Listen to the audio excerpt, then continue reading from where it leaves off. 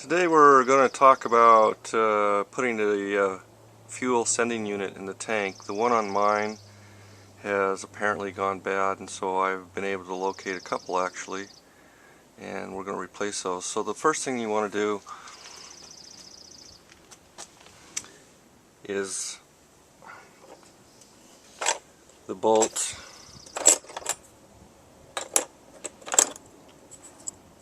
and the brackets that hold down the tank. Of course you're going to remove those, and I've used an empty oil can here to prop the tank up.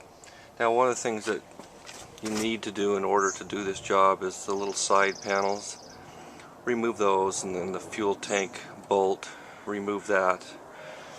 And then a little trick I wanted to show you. Also, see the electrical connection right here? That's for the fuel tank sending unit. Then we're going to come over here, and I've disconnected,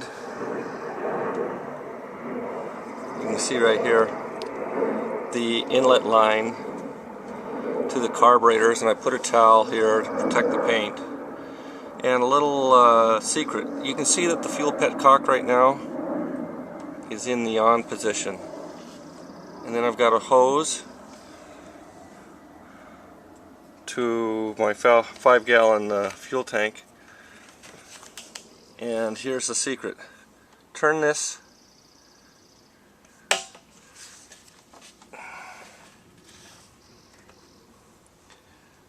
your petcock to prime,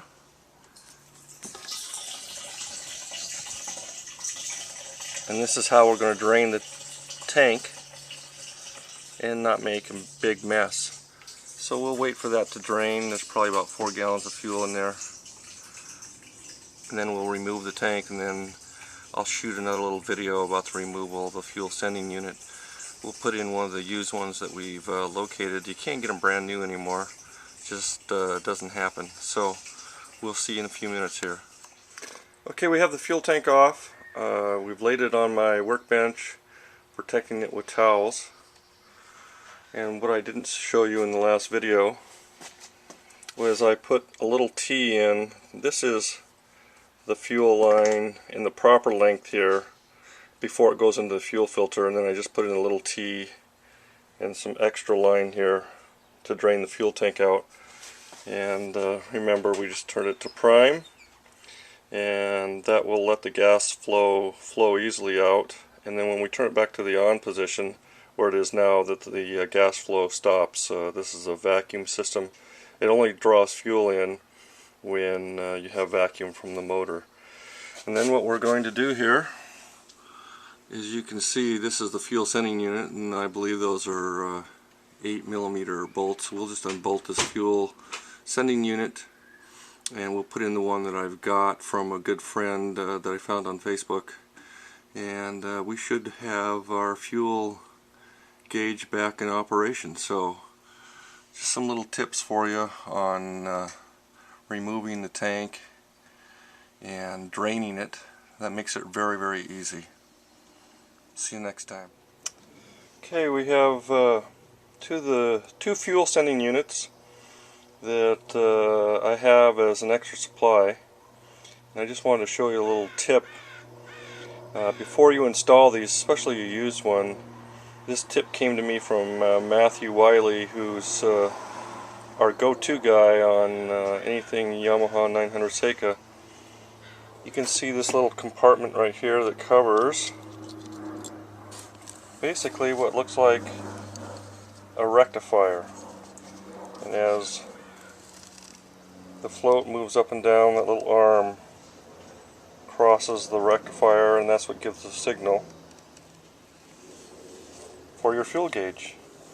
Now, before you put that in, what you want to do, get your can of acetone and clean that little rectifier area really, really well.